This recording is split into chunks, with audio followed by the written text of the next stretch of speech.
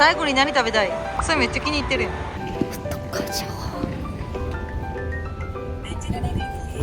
じゃん、購入品紹介をしたいと思います。一目惚れ商品です。めっちゃたまにカミングアウトなんですけど、これはいただきます。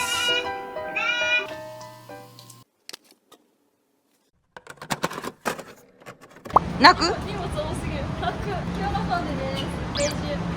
そうグレー。チェックイン。じゃ荷物かかろう。バイバイ。バイバイ。お元気で。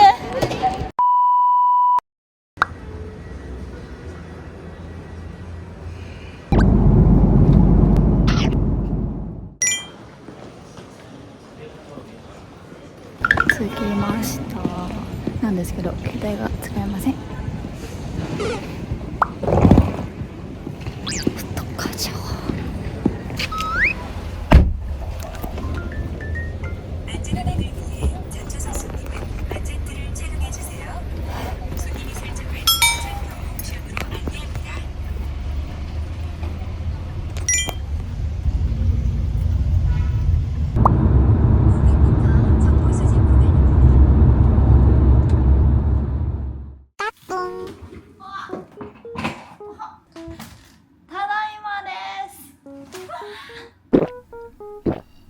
ソファーがチャルデのお湯。やばい、帰ってきました。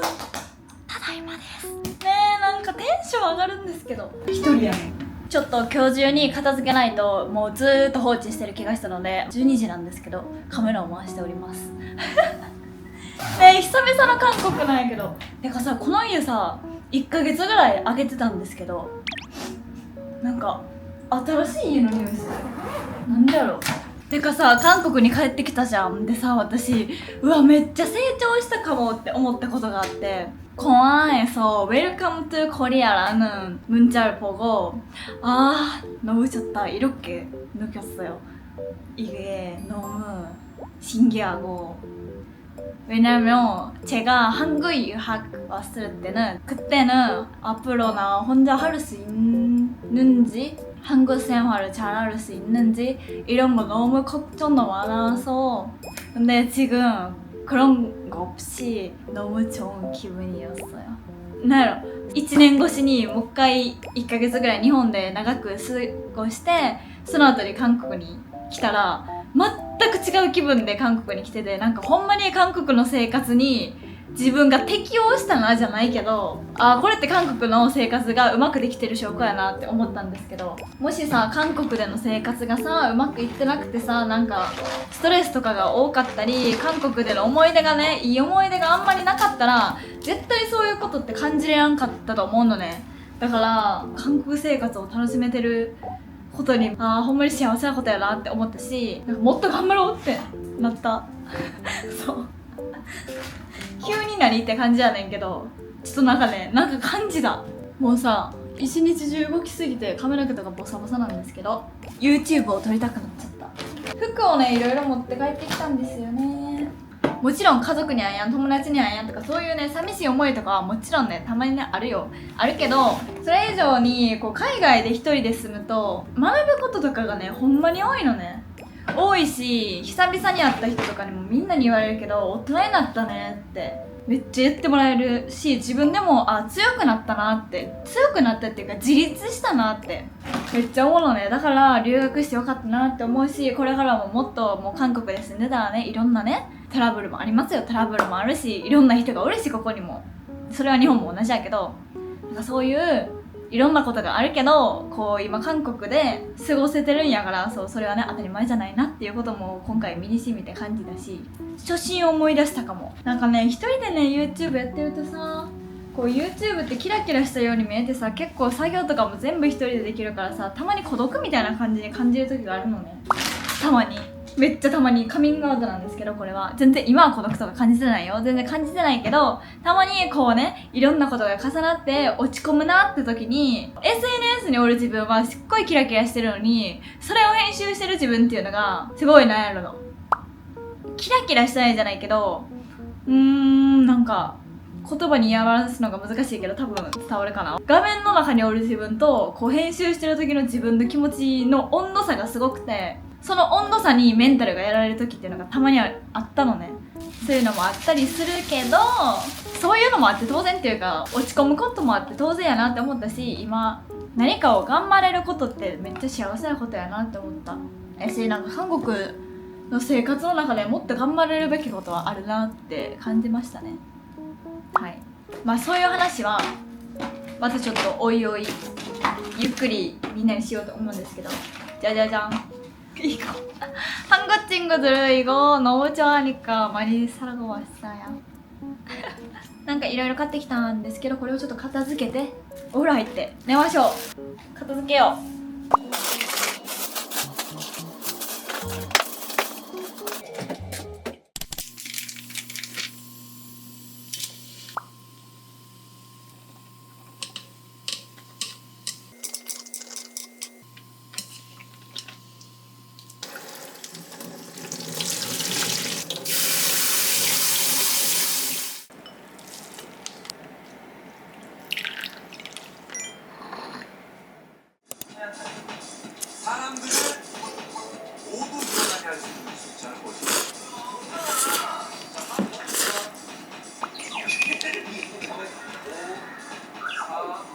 私今韓国に住んでるんですけど、学生ビザ切れてから携帯の契約も終わっちゃったのね。で Wi-Fi なかった扱いやんみたいな感じになってたんですけど、もう不便すぎるから携帯の契約に携帯会社に行ってみようと思いますけどね。今日でもねできるか分からんの。こういうね身の回りのことが結構日本じゃないとめんどくさい。いろいろ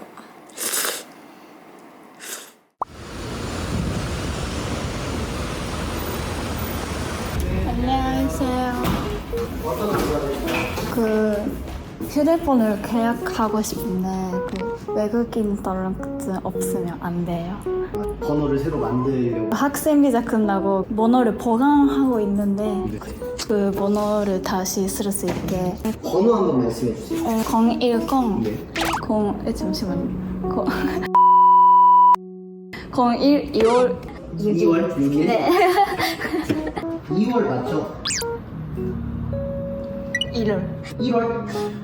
2001년 1월? 네 맞아요. 아니 진짜 너무 어려웠어. 네.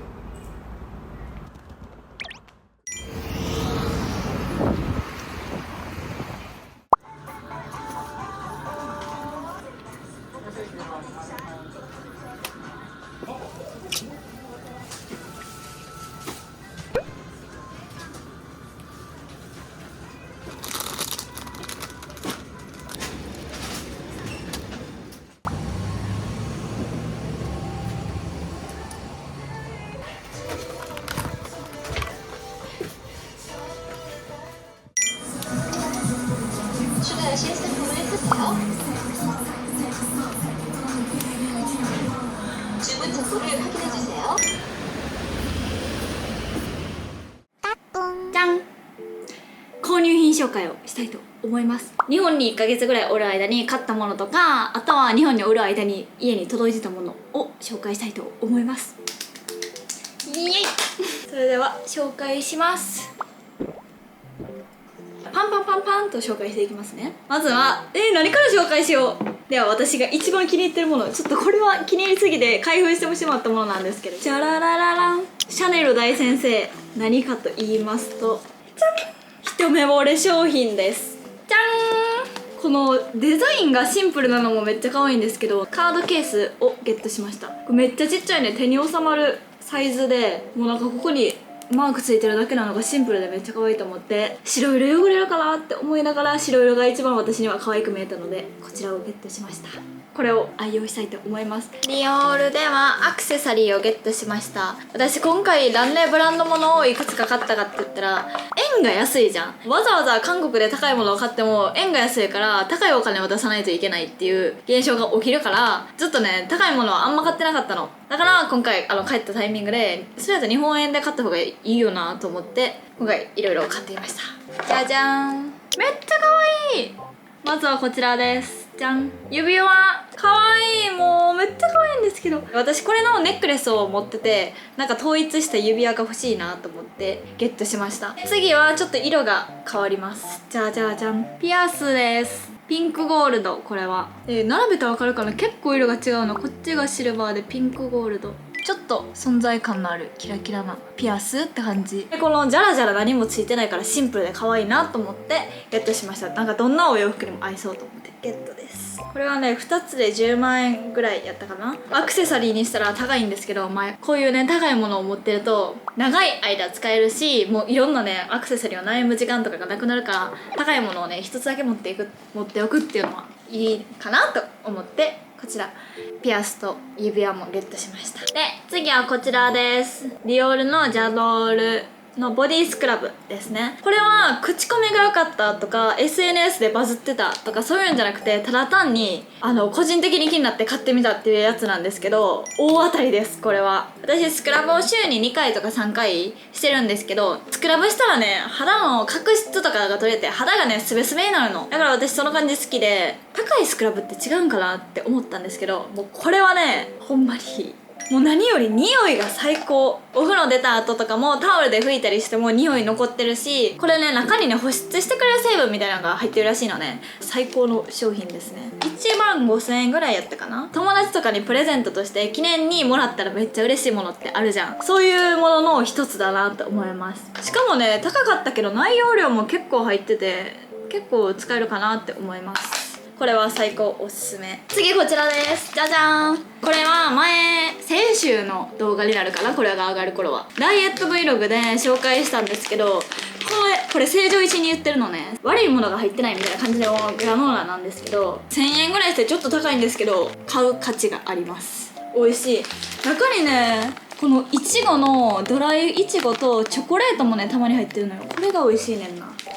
次バーモントの 50% オフのカレーとあとは匂い系ドンキですね。この辺は柔軟剤をゲットしてきました。柔軟剤は日本の方が私は圧倒的に好きなのね。で韓国って試供品みたいなのがないのだから匂いの試すとかもできやんくて、あんまりねいい匂いのもので出会えやんから、もう日本で買ってきたんですけど、レノアオードリュクスリラックスっていう匂いですね。これも皆さんご存知の通りこういうやつですね。これを洗濯機に実家で洗濯してもらった時ねめっちゃいい匂いやって、これをいい匂いすぎて詰め替え用で2つゲットしてきました。めっちゃいい匂い。ジャスミン系の匂い。なんか両方ともここで嗅いだらそんなめっちゃやばいいい匂いってならんのかいって感じやけど洗濯したらいやこれやなってなる匂いです。これはねお肌の匂いです。アロマジュエルのブルーミングブロッサムっていう香りですね。であとはじゃじゃーん、こちらです。ポリエジューシースプレーゼロ。これ何かって言ったら私エクステじゃん。匂いとかあとはこうツヤ感が欲しい時ってあるじゃん。そういう時にこれこうやって振ったらこれじゃカメラじゃ絶対に伝わらんないけどちょっと濡れるからさまとまりみたいなのが出るのね。でこの数字がセット力なのね。だから0やから固める機能とかは全くないんですけど、この数字が高いものを買ったら固める効果もあるっていう、セット力もあるっていうやつです。これはね Amazon で買えます。おすすめです。であとはヘアケア、こちらです。フィーノのプレミアムタッチヘアトリートメントです。これはもう有名すぎるんですけど、なんか一周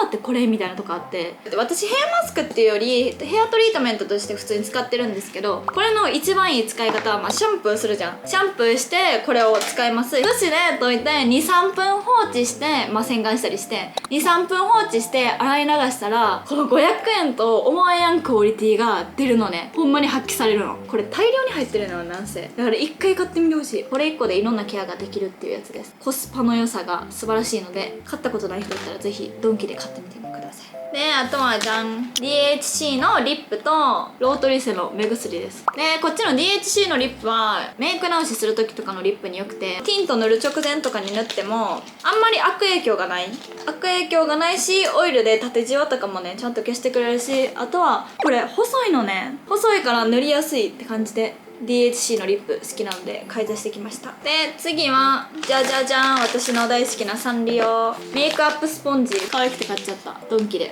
じゃじゃじゃん、ケースあとはヘアバンド。これ前メロじゃないんですよ。ピアノちゃんやっけ、合ってるかな。見て、かわいい。これ裏もさこんな感じになってて、サンリオのあれが入ってるの可愛くない？ヘアバンドを集めてるのでゲットしました。はい。であとは歯ブラシね。なんかね、韓国の歯ブラシってこの磨くとこめっちゃでかいの。だから歯ブラシをなんとか買ってきました。であとはじゃじゃん、こちらです。インスタ見てくれてる方にたまにデジカメの写真載せてたら「あまねさん何のデジカメですか?」っていう質問がたくさん DM 届いてたのですが、こちらでございます。見えるかな。こちらです。インスタにたまに載せてる写真の感じで載せられるんですけど、これはね、私ルセラフィムが大好きなんですけど、ルセラフィムの宮脇さくらちゃんがこれを使ってるのをインスタに載せてて、それで買いましたどういう感じで映るとか分かってる、このもう宮脇さくらちゃんが使ってるカメラをゲットしました。ピンクで可愛い。しかもこんな感じで最近よく撮ってます。次は韓国のお洋服です。このブランドちょっと読み方わかんないんですけど、ロラロラっていうんかな。このねブランドが可愛いことを最近知りまして、インスタで見つけたんですけど、値段はね9000円ぐらい。まあ安くはないね。安くはないから生地とかもしっかりしてるんですけど、こういう白いショートパンツですにお花の柄が入ってて、後ろにもねこのロゴのあれがついてます。モデルをねIVEのウォニョンちゃんがしてて、それで可愛く見えたのもあるかもしれん。2つ目はこちらです。これはねフリーサイズで7500円ぐらいですね。この合わせ方絶対可愛いなと思ってゲットしました。これはねちょっと秋服になるんですけど、じゃじゃじゃん、カーディガンです。可愛い。これもねこのウエストのところがキュッてなってて、このやっぱウエストキュッてなってるやつが私大好きなの。もしくはもうウエストが短いもの、丈が短いものが好きですね。私骨格ウェーブなんですけど、このね腕の部分が全部キューって細いもの、締まってるものを着るとなんかスタイルがねめっちゃ悪く見えるっていうかごつく見えるから、こういうこの袖の部分が手首までの部分はふわっとしてて、手首がキュッて締まってるものが私のこの骨格的にスタイルがよく見えがちなんですけど、そのタイプのカーディガンです。これはフリーサイズで8000円ぐらいです。そして次、じゃじゃん、ルイ・ヴィトンです。これは香水ですね。もう私のこと大学生の時とかから見てくれてる方がいたらご存知のものなんですけど、私香水を何使ってますかって聞いてもらうことも多いんですけど、初めて高いけどリピートした香水っていうのがこちらです。ルイ・ヴィトンのスペルオンユー。香水でさ4万円ってどんなって感じやん。なんやけどそれでもリピートを買ってしまいました。今ここ手元にあるんですけど、こんなに使いました。空気に触れやん限り匂い変わらんみたいな、なんか店員さん言ってた気するんですけど、もうすぐこれがなくなるので新しいのをゲットしました。で香水ってさやっぱ持ち歩きたいじゃん普通に。じゃじゃじゃーん、持ち運び用のトラベルセットをゲットしました。全部でこれ30ミリしかないらしいのね。こっちが100ミリなんですけど、値段がね同じぐらいなの。値段的にはだいぶこっちの方がお得です。お得なんですけど、今回私は持ち運びたいっていう理由でこっちにしました。香水の入れるやつあるやん100均とかに、そうやって使ってもいいねんけど、このねヴィトンの香水が空気に触れたら匂い変わるみたいなやつで、こう入れる時にさ絶対空気に触れるから匂いが変わるのやっぱ。だからそれが嫌でこの持ち運びを今回ゲットしました。もうねこれがほんまにいい匂いなの。なんて説明したらいいんやろ。これをつけてたらあまりそれどこの香水って友達とかにも絶対聞かれるし、その私がこの香水使ってるって知ってる子には今日スペルオンユーやなって言われるぐらい、なんやろ記憶に残る匂いです。ちょっと惹かれるような感じの匂い、大人な匂いですね。私の一押し香水はいろんなものを使っていますが、やはりこのヴィトンのスペルオンユーにはかないませんっていう感じです。スペルオンユーですっていう匂いするからかけすぎは注意です。はい。で最後、これは私が飲んでるビタミンですね。これがビタミン B。 この前もオリーブヤングの購入品の時に紹介したんですけど、この香料温炭ビタミン C 1000っていうこのビタミン C とビタミン B を私は毎日飲んでるんですけど、もうほんまに口内炎ができやすいのね。これを去年の誕生日もらってこのね2つを飲み始めたのよ。口内炎が1回もできてないの。これを飲んだら口内炎なくなりますとかそんなんじゃないけど、気休めにビタミン飲むとかじゃなくて、私はほんまに効果を感じて飲んでるものです。口内炎ってほんまにさストレス溜まるじゃん。なんか治ったらできて治ったらできてみたいな繰り返しやったのね。それがそんな私が口内炎の負の連鎖から抜け出した商品がこの2つです。普段の食生活だけやったら取り入れられやん部分ってあるかな。やっぱビタミンはねこういうビタミン剤を飲んでます。でこっちのビタミン C はオリーブヤングで売ってるんですけど、これはねビタミン B、 これはオリーブヤングでは売ってないですね。売ってるの見たことない。でこれはどこで買えるかって言ったら、韓国ね薬局いっぱいあるのね。めっちゃいろんなとこにあるの。この薬っていう文字が書いてる建物がいっぱいあるんですけど、処方箋とかがわざわざなくてもその薬もらえたりするんですけど、その薬局で買えますやし、薬局行ったら大体置いてるかも。これはそうだからもう薬局で買うビタミンですね、これは。このね GC ノクチプチャっていう会社のやつなんかな。この BMEX っていうブランドやつが私的に大好きでずっと飲んでます。これもし日本の方で旅行来た時に買いたいっていう方おったら、その薬って書いた薬局に行って、その薬局は新聞身分証明書とかなくても全然買えるから、この写真、今ここスクショしてこれください、これありますかって聞いたら、いいご一緒よ、いいご受精よ、これを言ったら探して持ってきてくれて買えるので、口内炎に悩んでる方いたらぜひゲットしてみてください。絶対なくなるとかは言えへんけど、本当に効果を感じますね。でこれは飲んですぐなくなるとかそういうんじゃないよ。継続して飲んで、あそういえばできてないっていうやつですね。長くなっちゃった購入品紹介。はい、こんな感じで購入品紹介は以上になります。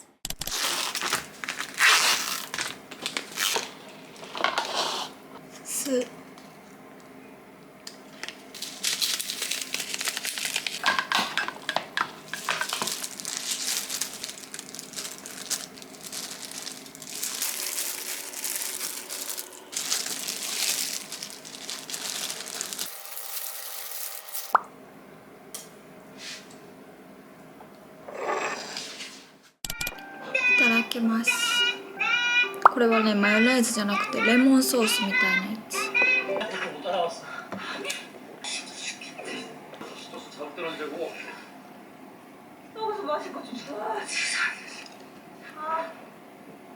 てかさ、私日本に帰った時にめっちゃ時代の流れを感じたことが何個もあって、まず1個目は、私いとこが小学6年生なんやけど、私らが小学6年生の時はシール交換とか交換日記とかそういうことをして楽しんでたのね。けど今の小学6年生ってメイクとかネイルとかをするらしいのね。で私が使わんくなったメイク道具とかをあげたらめっちゃ喜んでんの。もう心の底から喜んでんの。そのアミューズとキティちゃんのコラボも欲しかったのみたいな感じで言ってて、これはどうで何が良くて人気だよねみたいな感じで、いろんなね、ほんまにいろんな有名なコスメとか最近人気なものとかを小学6年生の女の子がこうコスメを見ながら話してて、もうほんまにびっくりしたっていうか衝撃で、なんかそのさ、朝起きたらさ小学6年生やのにさ、なんか顔がむくんでるみたいな話をしてて、小学6年生でむくんでるとかいう言葉は分かると思って、なんかその分かるとしても、なんか今日顔むくんでるなみたいな、私が小学6年生の時は思ったことなかったから、なんかすっごいほんまに時代を感じたっていうか、なんでそんなにいろいろ知ってんのって聞いたら、TikTok 見てたら YouTube 見てたらみたいな感じで言ってて、お姉さんびっくりって感じでしたね。ほんまにもうそのいとこの成長というか、この前まではさ、私のお父さんとかとさ虫取りとか行ってた子がさ、急にコスメに興味を持ち始めてて、もうびっくり仰天。周りの子もみんなそんなんなんて聞いたら、友達はみんなそうみたいな感じで言ってて、ほんまにびっくりしたね。であとは私編集しによく米田コーヒーに行ってたのね。米田コーヒーで私の隣の席に座ってた子が女の子、高校生かな、高校生の3人組とかやったのね。 B リアルの通知あるじゃん、トゥルレンみたいな B リアルの通知が来た瞬間に、私も最近 B リアルやってないねんけど一時期やってたから、その音とかわかるじゃん、知ってるじゃん。でその B リアルの通知が来た瞬間にみんなパシャパシャパシャみたいな感じで撮ってたのね。で、なんかそれにもめっちゃ時代を感じたっていうか、なんかすごっみたいな、あ、ビリヤル撮ってるって思ったんですけど、なんかすごいなって思ったSNS の見過ぎは良くないとか、なんかそういうなんかいろんなその良くないこととかもあると思うけど、なんやろな、こう興味が湧くきっかけっていうのはさ SNS いっぱいあるじゃん、そのメイクに限らず。だからなんか今の子はいいなって思った。でシール交換とかしやんのって小学6年生のいとこに聞いたら、何それって言われて、なんかもうそういう感じと思ってシール交換してた時代が懐かしくなったね。シール交換一期一会とかなんかあったじゃん、懐かしくなったね。編集するのでちょっとスイカを食べます。スーパーにさこのカットしたスイカが売ってんの。